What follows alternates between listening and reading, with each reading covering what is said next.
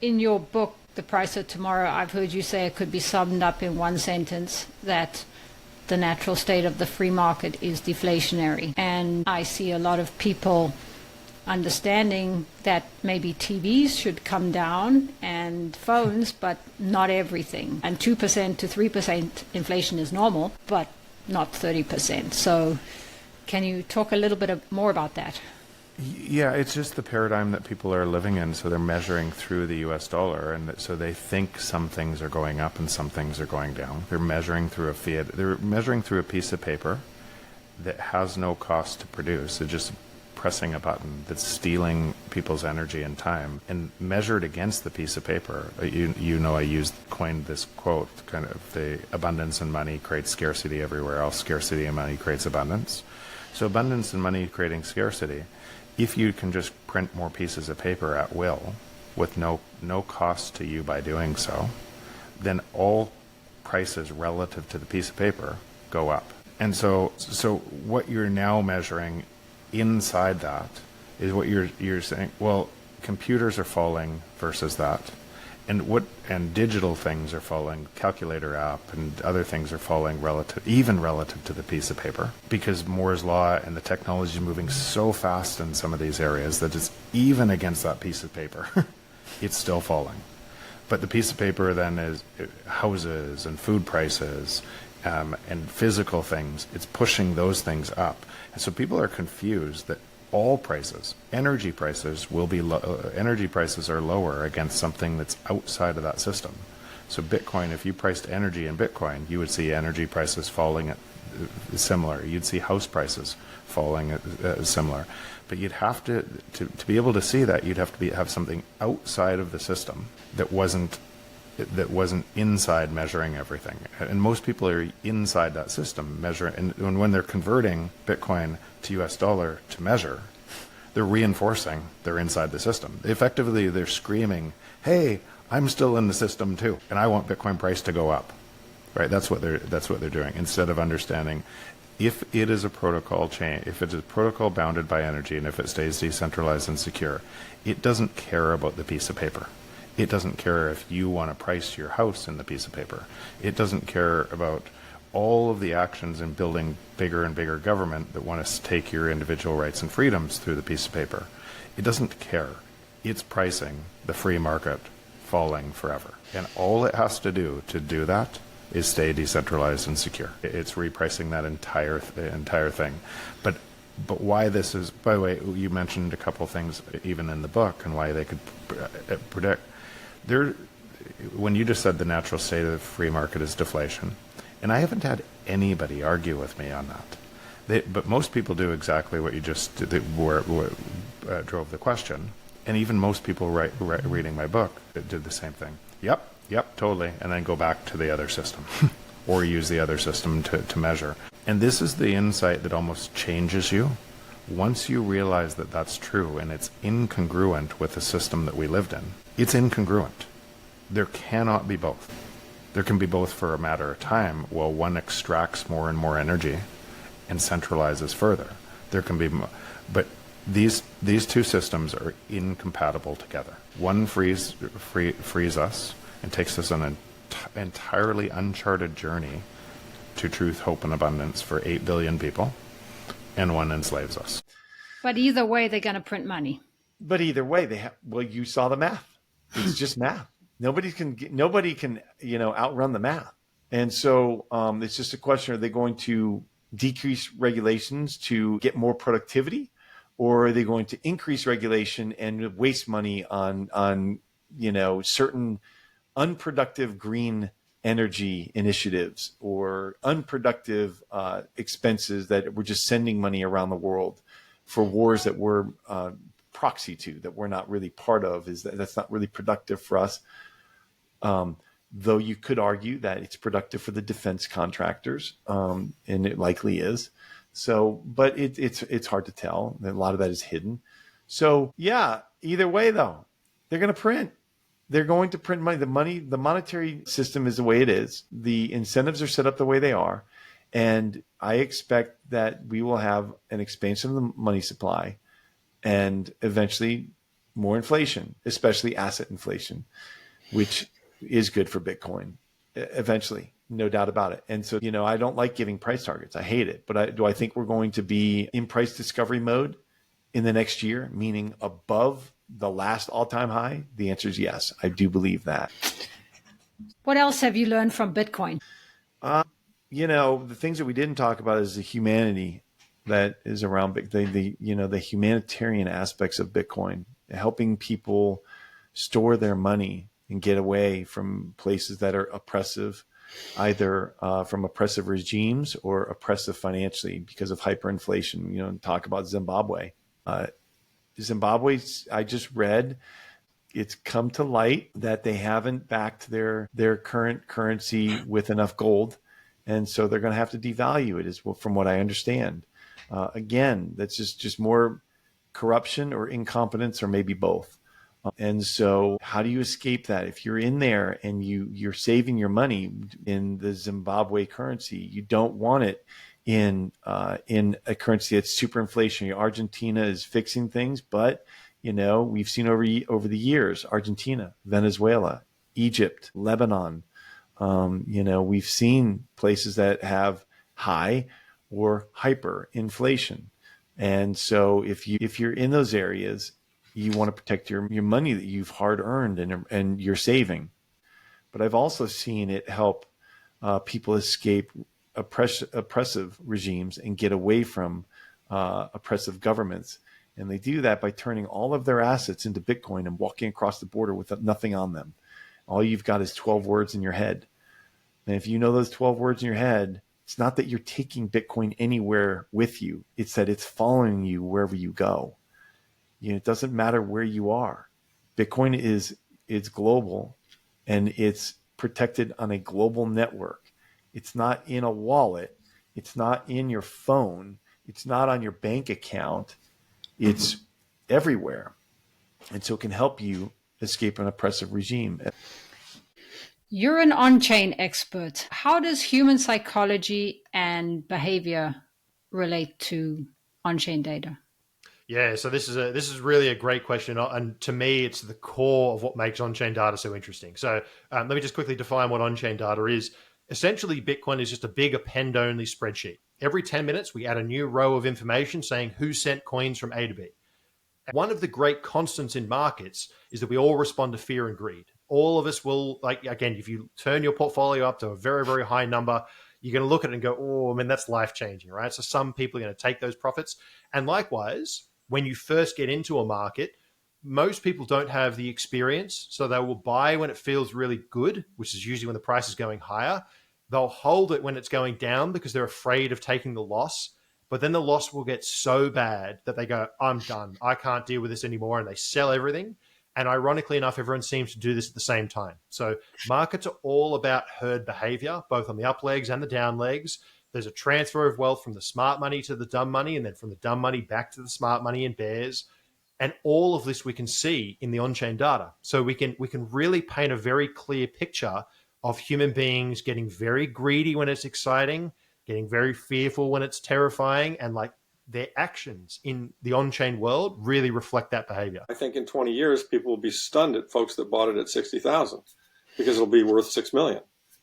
So once you understand what it is, once you understand what it's most likely to do, you recognize that whatever the price is, and that you should buy it because it's the best performing financial asset in history. So that's kind of the way I look at it. And that's kind of the key, right? For anybody new getting in, understanding the volatility, understanding. Well, that's right. Yeah. That's exactly right. Let me just add two other caveats. I always try and add these in my interviews too, because I do think sometimes Bitcoiners have done a disservice to the general community coming into it. And that is they just scream about how it's going to change the world, go higher, be incredibly valuable. And they're right. But if you don't make the potential buyer aware of what's likely to happen or what could happen, in my opinion, you're doing them a disservice. Two things. One, you don't want to ever use leverage, because if you use leverage and the thing goes down, you're going to get a margin call. You're going to be forced to sell it. And two, you have to understand what this asset's done. And that is it's had 3 or 4 corrections, which have been as deep as 90%. The more recent ones have been closer to 75%. But one has to, when one's putting money in this, you have to consider that whatever money I put in this could actually go down between 50 and 70%. And I have to be okay with that. and recognize that I'm not going to sell it within a 5-year window, because every 5 years you're back to a new all-time high. Do you also see that Bitcoin will become a medium of exchange in order to survive? Well, Bitcoin already is a medium of exchange, right? I mean, we're living our best lives in a country where magic happens every day, right? We have, see that light switch? Like, I call that the magic fairy switch. Like, we all wake up and we hit that switch and we hit the button on our magic espresso machines and things happen for us. Like, the rest of the world doesn't live that way.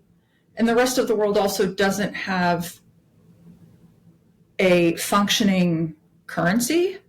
You know, most currencies are pegged to the dollar, but there are a lot that actually are completely decoupled from the dollar and, you know, lose value, lose tremendous value for their citizens. And, you know, much in the way I don't want to hold another nation's currency. I don't want to store my short-term value in the Naira or the peso. Those people also don't wish to store their value in those things, right? The people that live within those countries don't wish to store their value.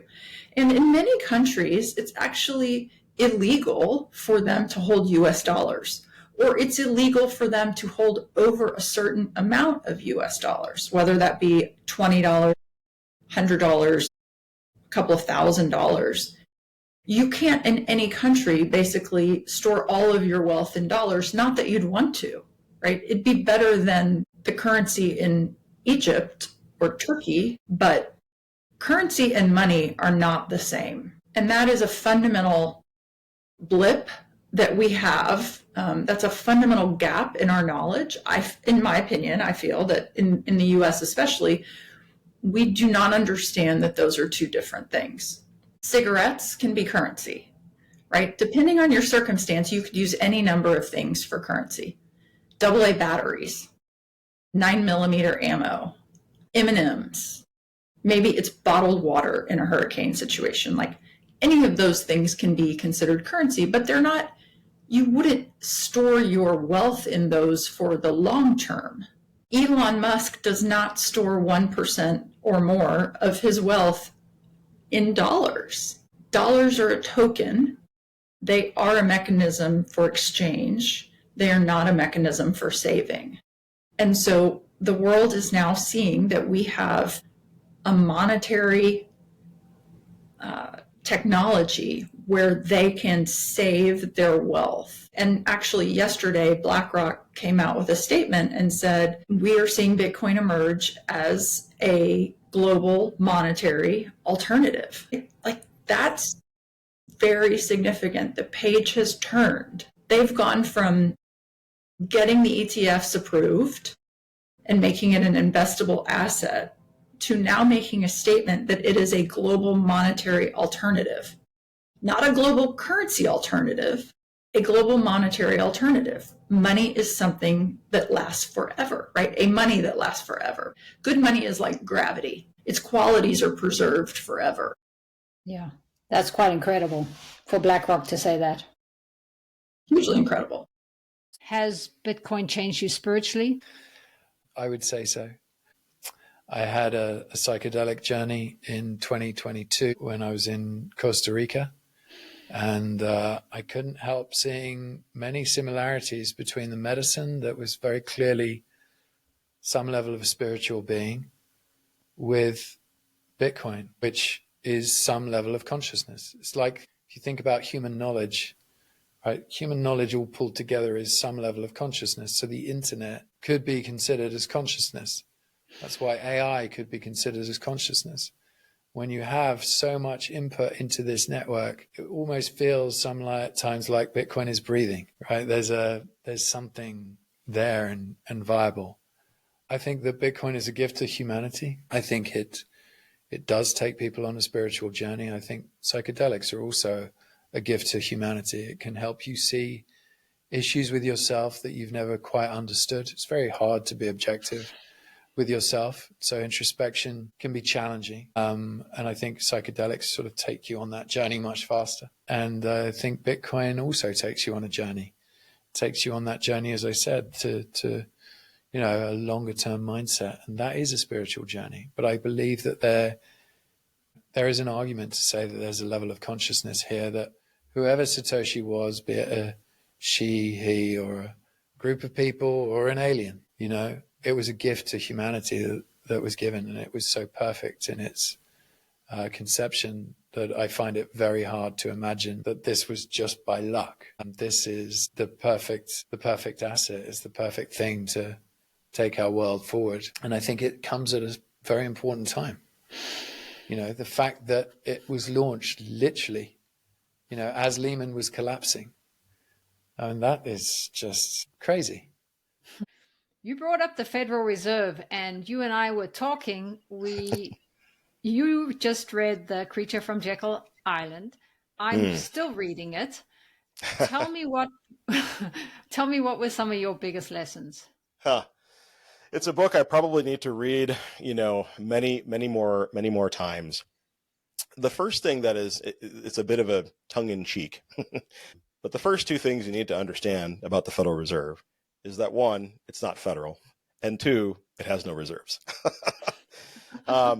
It's interesting to me that it's actually this kind of cartel that like if the book is to be believed, and that its foundation in, you know, prior to 1933, before it was enacted, is that it's really this kind of lender of last resort cartel, and that there's a desire to make it seem like a government entity, make the building of marble, have this, you know, seal that's on our fiat currencies that looks very, very official. It's signed off by the Treasury Secretary as well.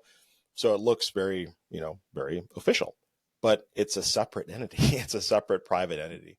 That's the first takeaway that I was kind of surprised to really see. One of the other takeaways that I was surprised to see is that it's not the first attempt to create a central bank in the US, that there had been, I don't remember right off the top of my head, but several, like 2 or 3 other attempts that had failed to try to get a central bank stood up. So there was a strong desire in the banking sector to create this lender of last resort with control of the currency and so forth. And so I thought that was an interesting bit of history. And I guess I would say that the third is that, you know, with all of these institutions, the Federal Reserve, the IMF, the World Bank, that become kind of these supranational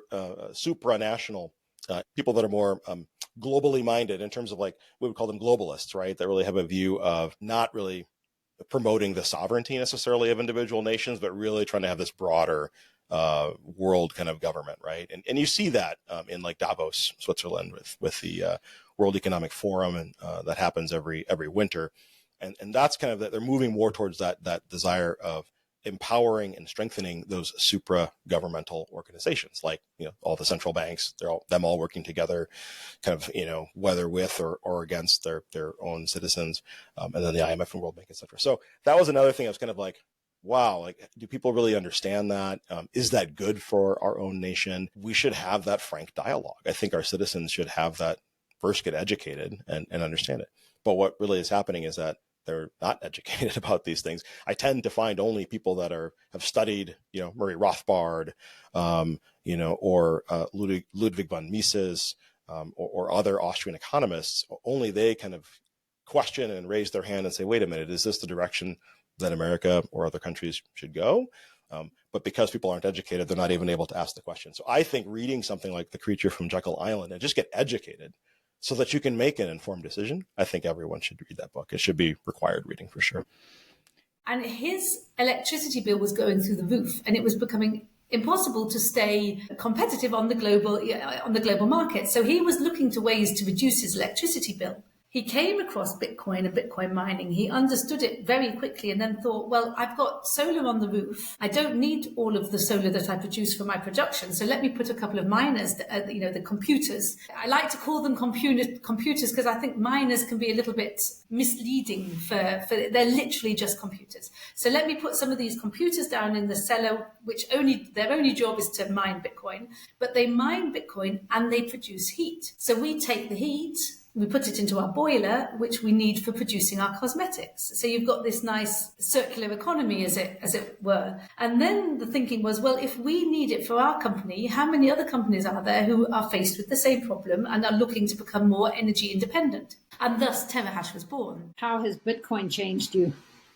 I think that the biggest thing about Bitcoin is that I've recognized that when I am able to simply just save in Bitcoin, I no longer have to, one, constantly think about where I'm going to get money from. I'm no longer having to spend all of this time researching the financial markets, figuring out how to invest, looking at all of these various assets, because I would say the financial industry, the investment industry, is a byproduct of broker money. If we had money that allowed us to store value, 95% of the financial industry would not exist, because people would be able to simply store value in their purchase in their currency. They wouldn't have to go elsewhere and seek an investment vehicle. And then two, it really has shifted how I think about how I show up. When all of a sudden I'm saving in Bitcoin and I'm extending my time horizon, how I think about things, I want to have kids. I want to be able to, I see that when I'm saving for a property, house prices are coming down in relation to Bitcoin. It's allowing me to think about the future. It's allowing me to think about how I want to show up as an individual. And so going back to these areas of time preference is making me think longer term. Meaninglessness, or instead I'm getting meaningfulness. I'm able to find meaning in my life. I'm able to find these areas that really fulfill me. And not only that, I'm helping others in their journey and supporting them in finding that fulfillment. And then also this compassion and altruism. As purchasing power in the long term increases instead of decreases, well, I've got more capacity to be compassionate and altruistic in society. I've got more capacity to show up authentically. And I have felt this even since, like, I've only been investing in Bitcoin for five or so years. And in that 5 years, it's completely changed how I think about myself and how I show up. It's changed my psychology. And I think I feel honored to be able to have this opportunity to even have stumbled across Bitcoin and to, based upon my childhood experiences, my teenage experiences, in my 20s, to be able to see Bitcoin and try to see it more objectively as opposed to question it and approach it from a place of skepticism. Do you still invest in real estate as an investment? I have one little long-term rental property left, and I sold all my other properties and rolled it all into Bitcoin. And the reason why I did that is because, like, when you're looking at real estate, the long-term returns of real estate, of course, they're great. What are they, like 7% on average over the last 100 years real estate has returned? And in other areas, like where I live in the Sea to Sky Highway, which is Vancouver up to Whistler, because it's a very desirable location, it's quite a bit higher than 7%. But when you're looking at Bitcoin, which over the last 10 years has annualized 50%, nothing can compare to Bitcoin. And on top of that, you're not having to deal with property management. You're not having to deal with tenants destroying the place. You're not having to deal with property taxes. You're not having to deal with basically all of just the headaches of taxation. So effectively, you're able to remove all of that and just save in a single thing, a currency that just appreciates over time.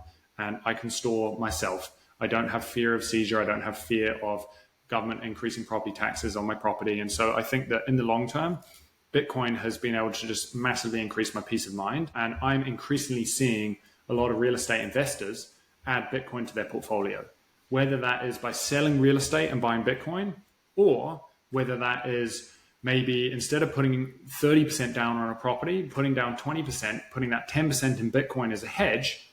And that hedge then protects the portfolio in the event that real estate was to take a shock. Or if Bitcoin appreciates over time, their debt to asset ratio, when you combine real estate and Bitcoin, the debt to asset ratio falls at a much greater rate than just real estate appreciation.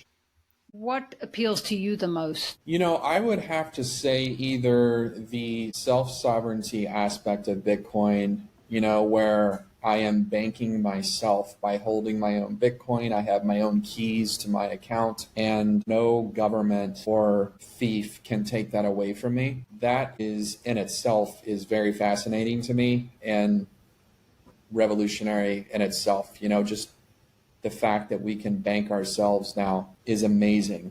And it just, especially when you look at a lot of populations around the world that are a lot more oppressed than you and I are here. The hope that it brings those people is fascinating to me. So yes, the whole self-sovereignty aspect of Bitcoin and the limited supply, the digital scarcity was an amazing invention from Satoshi and Bitcoin that I think kind of changed the world. It was. And the fact that he walked away and didn't take any credit for it is one of the most amazing acts of no ego. Right. It Ego really death. was. You know, Satoshi could have been a group of programmers or someone, but yeah, it's kind of a miracle, you know, that occurred. I mean, like you said, very devoid of ego to give something like that to the world and walk away. Why is there such a high correlation between Bitcoiners and people that are kind of industrious? Whether that means they're an entrepreneur or they're somebody that works hard and just does extracurriculars, like they work a 9 to 5, but they also are doing a Bitcoin podcast, or they wrote a book, or they have a blog. Why are they such industrious people? I think it's because we're seeing that the way the world works, the old paradigm, isn't the way we want the world to be. And there's a new and better way to do things. And it's small and it's been germinating for a while, but it's a much healthier way. That the old system is one that's predicated on keeping people weak, keeping people dependent, because that's how you maintain centralized authority. And the parallel system is one of decentralization. And you can only have decentralization, and you can only have it last for forever. You can only have it kind of continue in perpetuity if those who are in that system are self-sovereign, if they can take care of themselves. That means they're healthy, they're resilient, they're capable, and in the event that something bad does happen, they're economically resourceful. Tell me about what freedom means to you. Freedom is doing what I want, whenever I want, with my own money that I keep by myself, without needing to get permission from anybody, without needing authorization with anybody, without needing to wait for tomorrow because those are the working hours. I have the money with me. I can buy whatever I want, wherever I want, whenever I want. That is the pure meaning of freedom. Yeah, I agree. Because that allows you to live the life you want to live and be who you want to be, right? Your authentic self. I keep saying that if you have Bitcoin with you, you can live in a bush somewhere, provided you have internet. So Bitcoin seems to be built natively into the Nostr protocol, which is a big plus, being a Bitcoiner, of course. But that's the cool thing about Nostr as well. It's not just a Bitcoin-only space. Yes, you get paid in Bitcoin for your content, but I see people talking about food and photography. So there is a space for everyone on Nostr. Bring yourself there and honestly just be genuine, share yourself there. And not only do you get to share it with like-minded individuals, you get paid in Bitcoin. So that's a win-win. So do you think Bitcoin can change humanity? I think humanity can change humanity, but Bitcoin is definitely I don't like calling it a tool, but it's a modality, right? It's definitely a modality that can contribute to creating a new humanity instead of trying to fix the system from within the system. Yeah. So a side rail that we can opt into to have a more fairer, honest, decentralized, no printing. I always think right, while we're still using fiat, we can buy Bitcoin and use our dollar to support what we want to see more of in the world. And I think by buying Bitcoin, that can change humanity because it's really speaking such a powerful message to everybody in charge. That doesn't make any sense. I think what Bitcoin is going to do is it's going to show you all of the flaws of that system. It's going to make those flaws apparent to the entire world, because just holding Bitcoin, you can earn 50, 60% returns every single year. Of course, maybe that'll drop. Maybe that'll drop to 20, 30%, but it's still better than borrowing a few $100,000, potentially going bankrupt if the real estate market drops, and getting 20% returns on real estate. But the returns aren't even that high, but getting 20% returns versus 50% returns of doing nothing. 20% returns of doing so much work, you basically have a part-time job. I think that's what the world is going to understand. That's what the wealthiest people among us are going to figure out, and they're going to dump their properties. They have no reason to own those properties. If anything, even if they don't dump anything, maybe they'll get rid of 10%. Maybe instead of buying another house, they'll buy Bitcoin, and they'll see Bitcoin's performance, and then they'll start selling their property portfolio to buy more Bitcoin. Yeah, and now it's chopping around 100. You know, it's funny. I've heard so many great predictions. I heard Jack Mallers again said from 250 to 1 million. And I think if we get to 150, 200, we'll be great. What do you think? I think we've already won, to be honest. It's kind of like a rocket that's already made it out of the hardest part. It's like made it out of the atmosphere. And so this thing it will go up for a very long time. I think what's happening now is what they call game theory, where people are realizing the game used to be to accumulate as many dollars as you can every day. Like, how can I solve as many problems when I wake up, and where can I work to get as many dollars? But now you could see the shift. It's like everyone's trying to accumulate sats, sats are the smallest unit of Bitcoin. So it doesn't matter. I mean, we could talk about it being $100,000, but I more price my life in how many Satoshis and how much Bitcoin that I actually have every day. So like, it's great that it's at $100,000, but yet like that's just pricing it in dollars. I think, it's just going to get way, way more. I mean, just like houses, or a rising tide lifts all boats. So this boat goes the highest because it's a real financial instrument. It's like real money. So the game theory is playing out right now. It's the way players make different choices when they see other players making different choices. So if the government's going to do something, then we're going to make our choices right now. MicroStrategy buying Bitcoins, all these publicly traded companies are now accumulating as much Bitcoin as they can. It's not about dollars.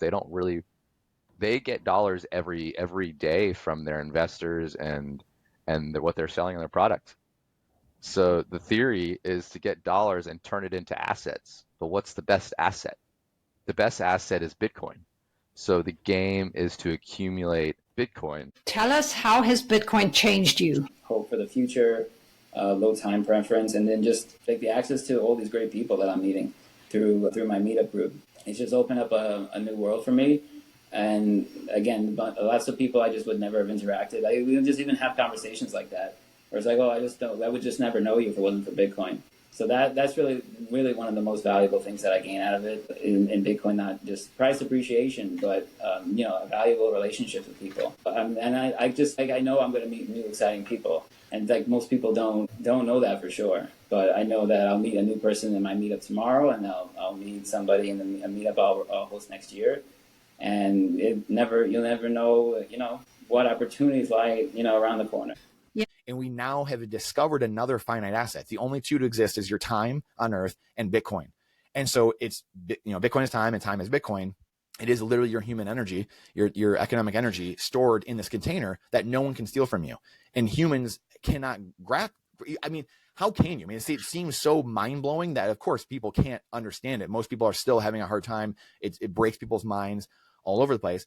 But again, in wrapping this up, it's no one's going to laying their life on the line unless they're forced to shoot, nuclear ballistic missiles or intercontinental ballistic missiles.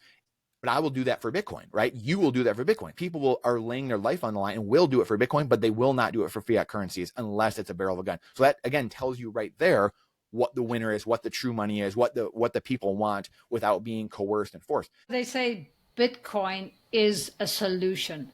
It's a solution for different people in different ways. What is Bitcoin the solution for? I just think Bitcoin for consumers is also just a great savings vehicle. So I think here, traditionally, people invest in real estate, and that's where all their money is. All the older generation, there's almost a joke going around where it's like people are house rich and cash poor. And so I think we have a younger generation that's priced out of housing because they can't afford $1 million homes that are really only worth, $400,000. And so they need a savings vehicle, right? And inflation and cash is not it. And so they either go into stocks or you go into Bitcoin. And I think Bitcoin is that savings vehicle that if you're saving for a house, don't put it in RRSPs, like put it in Bitcoin. Like you have a better chance of it growing, over the course of the time that you're saving it for. When I find something that really speaks to me, I want the people I love to have it, but I know that forcing them, whether it's health, food, anything, it's almost like it's got to come from them. So planting seeds is a great idea. Yes, and that's also part of my practice because I get really excited about certain topics like Bitcoin or health or food, and I'm like, you guys need to do this, stop doing this, and people don't like to be told what to do. So that's something that I'm working on, just sprinkling the seeds and being more gentle with my approach and really thinking before I speak, especially when it's at like a local co-op or automotive store or something like that. I'm willing to help you if you're open to it. Here are some resources that helped me a lot, and this is how I think it can help you in our local community. Well, you're going to write your thesis on sustainable economics and Bitcoin. Yeah. We talk a lot about the triple bottom line in the sustainable economics, about social, economics, and environmental. So I'm going to try to argue that Bitcoin will fix all of those stuff. It's a more fair money. It's going to very sustainable, less consuming, and it's going to appreciate the value. So the economic stuff will take care of itself, I think. So it's a scarce resource. It's a scarce asset. I think it will fix everything. That's my thesis. So I think you're right. It would fix a lot of things, especially it would at least fix the base layer. I think so.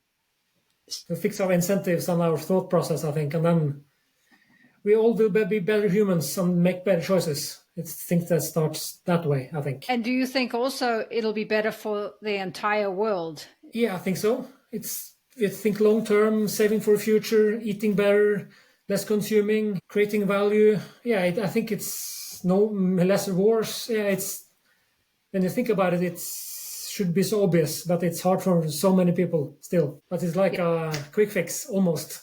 Feel like a cheat code, maybe. There are the three elements of money, and store of value is kind of the core of those things. And so in order to be useful as a medium of exchange, your money first has to be able to store value. And we're kind of in that spot where Bitcoin has demonstrated its ability to store value. It doesn't function very well as a short-term store of value because, if you have your money in Bitcoin, who knows what the price is going to be 2 weeks from now. It's kind of making that transition. And I think part of that transition is not only, people say Bitcoin may become less volatile, but really what's actually happening, I think, is the dollar and other fiat currencies are becoming more volatile. And so the value of Bitcoin is still and will continue to move pretty drastically compared to those things. But yeah, I think we're right in that transition period, and we're starting to see it. A lot of places around the world with circular economies developing. And that's essentially where the Cantillon effect comes from. This is just because a person is there that has easier to access to money than everyone else. And this essentially leads to the Cantillon effect that moves purchasing power, since the most powerful and richest are usually the ones controlling the money. So the Cantillon effect really moves purchasing power from the poorest to the richest. When a central bank says, I do 2% inflation, really what they say is, I want to move 2% of purchasing power, or rather more, but just to keep the numbers easy, from the poorest person to the richest person. And something that even some fiat critical economists then get wrong is, and they say, okay, so the target should be zero inflation. But the natural trend of any economy is we get more efficient, we get better at making things get better with new technology. So the normal trend and really the purpose of all the economy is to get more efficient, right? That our children need less work to have the same standard of living than we have.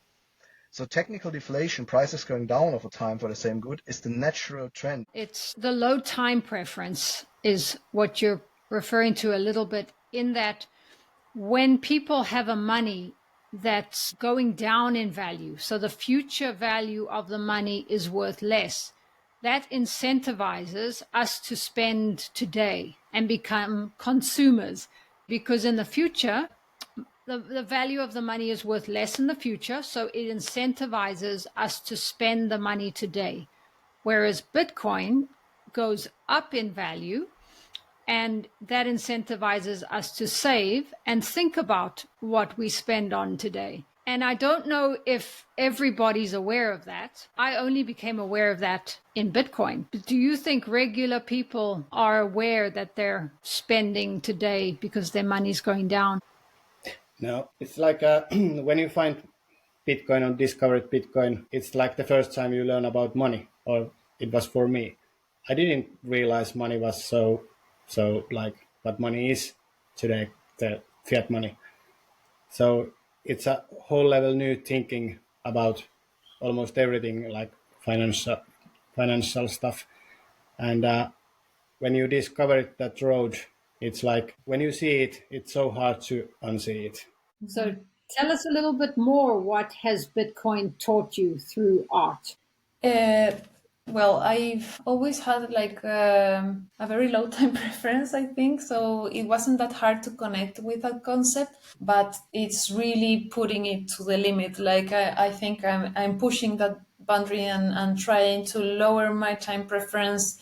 And in that way, art, when you have time, it's so much better. Like you have an idea and you do something and then you let it rest. And then you take it again, and it's crazy how your brain continue to create and to work, like kind of subconsciously. And the idea improves, and you make the changes, and you adapt. And not having time when you're rushed, and no, I have to take this out and take this out. For me, limits art and creation. I've heard people say that Bitcoin is the great equalizer. Do you see that as true and as helping people in Zambia? I would say, in fact, that's the reason why I could say I'm part of these projects which are actually helping in Bitcoin education. We have a lot of content creators in Zambia. People are acting, they are making wonderful content, comedy and all that. But they can't monetize their content on Twitter. They can't monetize their content on Facebook or YouTube. There are these regulations because the money, there's someone who is giving permission and all that, so the regulations and all that. So it has limited a lot of people, and people with talent are being suppressed in a way. With Bitcoin, you pretty much don't need permission from anyone. When I introduce people to Nostr and tell them that you can, if you're a good content creator, you make wonderful, valuable content, and people like your content, you can literally monetize your content instantly. Your mission is to educate 100 million people. Is that going to be through mining, and therefore people invest in the mining, and that's how you educate people? Well, why 100 million? When I was sitting about a few years ago and like thinking about something measurable, like, okay, I want to do Bitcoin education, but what is the milestone? What is the goalpost, right? And I wanted to have something measurable and something so big that I would need to think completely differently, because, educating one city, it's kind of, what to do. So I said, okay, let's do 100 million. Why not? And one of the reasons was like, okay, there's 100 million sats in one Bitcoin, so it's a nice number. And educating 100 million people is like, okay, you cannot do it alone. You cannot do it, going person by person. There needs to be something different. So that's why I set it up. And I started like, okay, how it's even achievable. Then I thought about, okay, what does it mean to educate that person? Because I don't feel I'm fully educated on Bitcoin. And I don't think anyone can ever be. So then I rephrased it a little bit that I want to welcome 100 million people in the Bitcoin rabbit hole. Because that's something you can inspire them to get into it with a book, with an article, with a video, with a session, with something. And then they go on their own journey.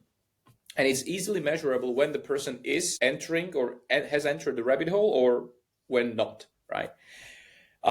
So that's kind of the vision that I have right now. And how to do it. I don't think I can do it alone. I don't want to do it alone. And one of the reasons or one of the things I did behind it is we started this project called Bitcoin Educators Academy. And this is the academy that the goal of it is to bring more educators into the space.